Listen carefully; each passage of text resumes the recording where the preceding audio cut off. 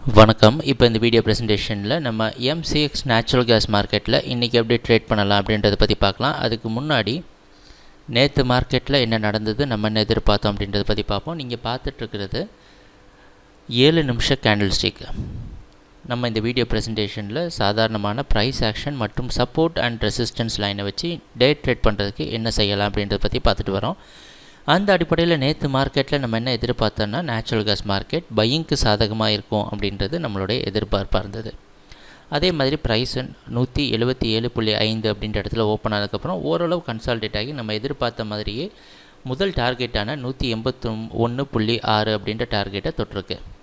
ஆனால் அதுக்கப்புறம் அதுக்கு மேலே நிற்க முடியாமல் தொடர்ந்து சரிவை சந்தித்து மார்க்கெட் கீழே வந்து 175.5 அப்படின்ற இடத்துல க்ளோஸ் ஆகிடுச்சு. இதுதான் நேற்று மார்க்கெட்டில் நடந்த முழுமையான ப்ரைஸ் ஆக்ஷன். முதல் பாதி நம்ம எதிர்பார்த்த மாதிரி அப்படியே நடந்தாலும் இரண்டாவது பாதி சடசடன்னு கீழே வந்து க்ளோஸ் ஆகிருக்கு. இதில் முக்கியமாக நம்ம நோட் பண்ண வேண்டிய விஷயம்னா, நேற்று மார்க்கெட்டோட ப்ரைஸ் க்ளோசிங் அதோடைய கடைசி 3 நாள் மார்க்கெட்டோடைய ப்ரைஸ் க்ளோசிங்கை விட கீழே க்ளோஸ் ஆகிருக்கு. அப்படின்றது என்ன அர்த்தத்தை குறிக்குதுன்னா, மார்க்கெட் செல்லிங்கு சாதகமாக மாறுறதுக்கு அறிகுறிகள் அதிகமாக தெரியுது. அது மட்டும் இல்லாமல் இப்போ நம்ம பார்த்தோம்னா இந்த 176 அப்படின்றது கடந்த ஒரு வாரமாக மார்க்கெட்டுக்கு நல்ல சப்போர்ட் கொடுத்துட்டு இருந்தது.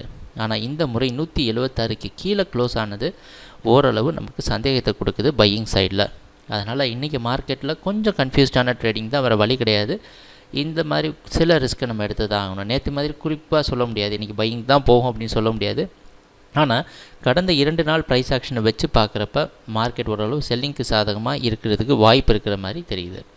அதனால் முதல்ல என்னென்னா 175க்கு கீழே ப்ரைஸ் வந்ததுன்னா 178 இந்த ஜோனுக்கு மேலே ஸ்டாப் லாஸ் வச்சு ட்ரேட் பண்ணி மார்க்கெட்டை டெஸ்ட் பண்ணியே ஆக கட்டாயத்தில் இருக்கிறோம்.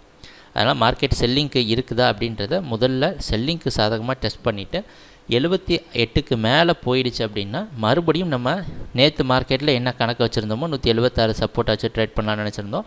அந்த அடிப்படையில் ட்ரேடிங்கை கண்டினியூ பண்ணலாம். இதுதான் நாங்கள் எதிர்பார்க்குற விஷயம். சரி, ட்ரேடிங் நடக்கிறப்ப பார்ப்போம் என்னென்ன மாற்றங்கள் வருதுன்னு. எங்கள் வீடியோ ப்ரெசன்டேஷனை தொடர்ந்து பார்த்துட்டு வந்ததுக்கு மிக்க நன்றி, மகிழ்ச்சி, வணக்கம்.